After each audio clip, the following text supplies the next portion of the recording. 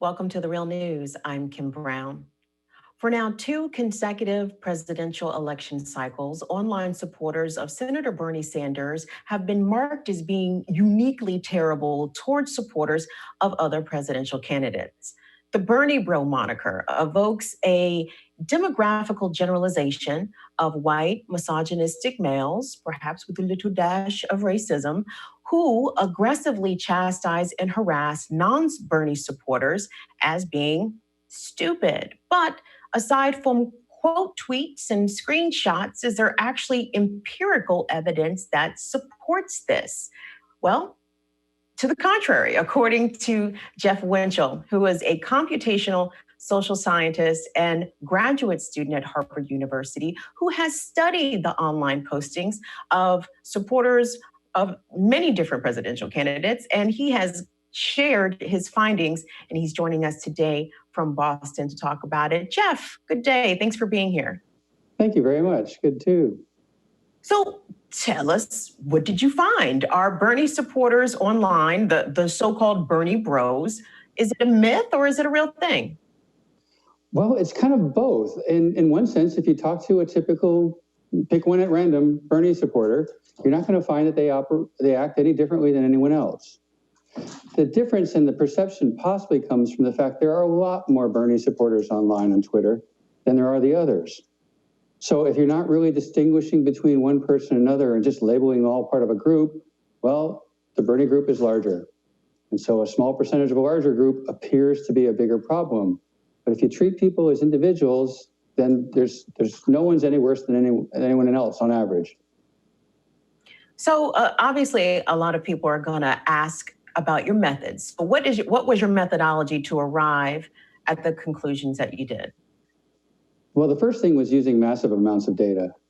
I've pulled all 100 million followers on Twitter of the various candidates, and then I got profiles and then sampled randomly to get tweets. Got about 100 million tweets right now downloaded.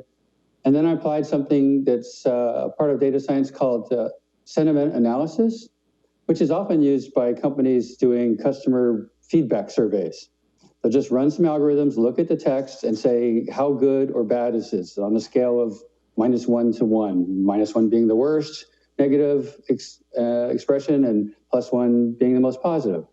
And so I running through this massive amounts of data and see on average, did people who follow Bernie, were they any worse in the really bad things? And even on average, it's the same, but that's not a very interesting number. What people are remembering are these anecdotes, which the anecdotes are probably true, but they're outliers like they would be for any supporter of any particular candidate.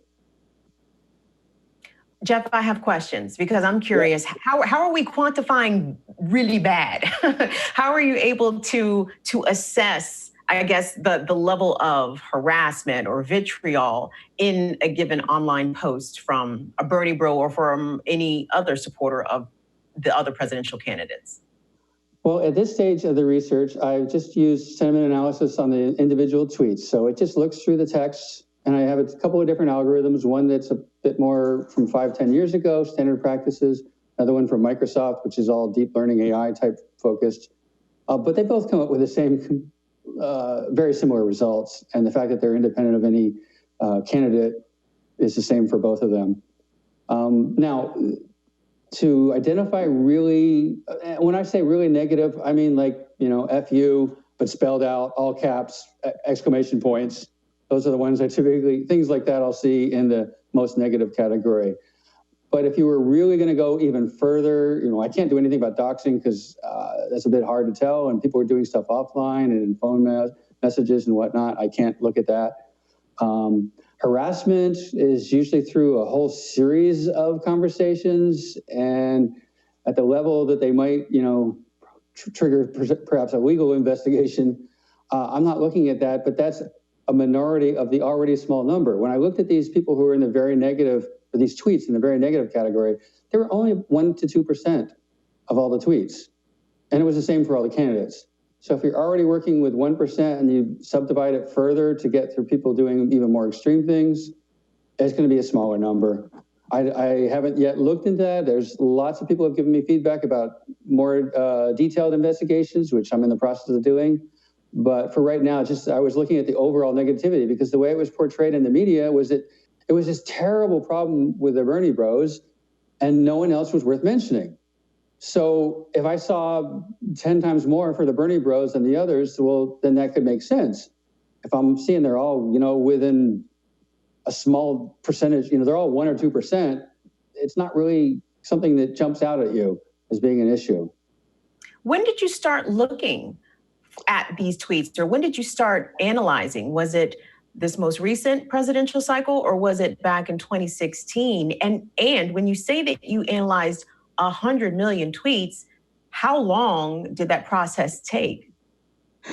Well, actually, I've gotten to 50 million right now. I've downloaded 100 million. I haven't yet gotten through the analysis of that. The downloading, I've speeded it up. I get about 25 million a day if it's going all day long. It's just on my laptop.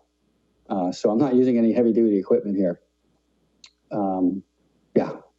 But when did you start looking? When did I start? Okay, I was curious about this this cycle. So it was still coming up, and it was just after, I think it was New Hampshire or Nevada primary. I says, I'm just going to look at this because they're saying it's online. It shouldn't be that hard to look through Twitter. I have done a little bit of Twitter work before, so I felt confident in that. I did take tweets starting in 2015, which is when both Bernie and Trump, I do have Trump data, by the way, also, when both Bernie and Trump started, and probably, 2017, 18, depending on which candidate, they were starting to identify and get interest. So that's all captured in there too. So if the data shows that Bernie supporters don't behave any worse than any other online community, why do you think they get such a bad rap in the media? Well, like I said, there is the phenomena that there's a lot more Bernie supporters online on Twitter than there are others. So if you're not really differentiating individuals and just putting them together in a group, a larger group will make more noise. And so I think that's the honest appraisal that I could see that people could come through.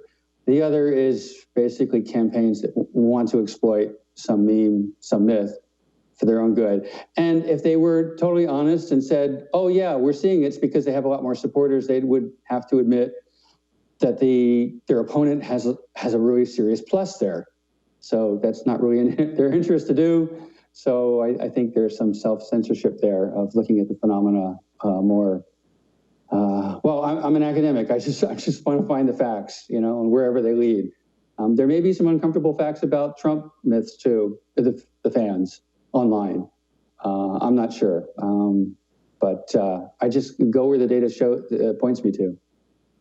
Jeff, I have to ask you the question because we know that historically science and data and research is usually influenced by the biases of those who are actually conducting the research. And these spaces tremendously are overwhelmingly white and male. So I have to ask you, do you have a preference for a presidential candidate? Are you a Bernie supporter yourself? And does your own race and gender, did it influence perhaps your findings? Were you more so looking to excuse the so-called Bernie bro behavior? I actually thought that the Bernie followers would actually be worse because they're upset with the status quo because of their life. And so when people are upset with their life circumstances, they're more likely to act out anger. So I was a bit surprised to see that they weren't any different than any others on that. I've donated to 7 different presidential campaigns this cycle. Women, people of color, white, all of that. So yes, I did finally pull the lever for Bernie in Massachusetts here. But there was a long time last year where I was actually much more of a Warren supporter. So there you have it. I really don't care that much. I want to find the data and see what it says.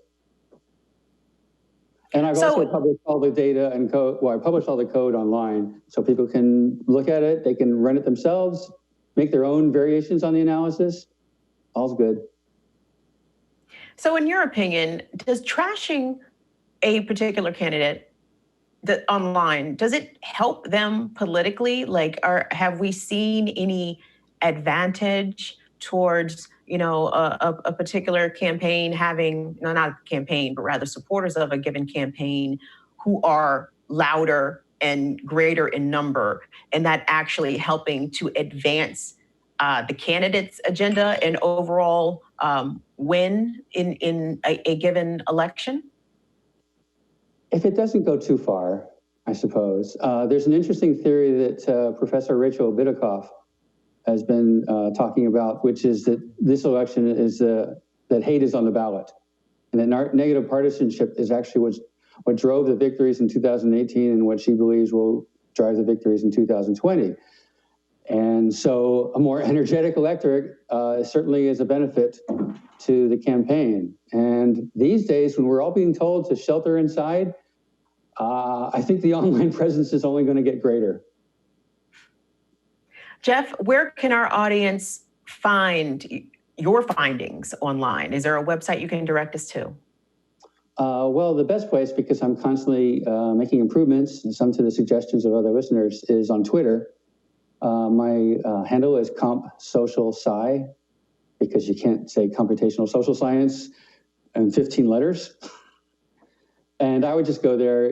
You can look on GitHub and scan for my name and find the website which there on GitHub, which has all the code. So you can try it yourself. You'll have to go downloading yourself. I have a 100 gigabyte database. I can't just share that easily. Well, absolutely. Well, we appreciate you taking the time today to share what you found with the Real News audience. We've been speaking with Jeff Winchell. He is a computational social scientist and graduate student at Harvard University whose data suggests that the Bernie bro is a myth. You should check him out, follow him on Twitter. Jeff, we appreciate your time today. Thank you so much. Thank you too. And bye, and thank you for watching the Real News Network.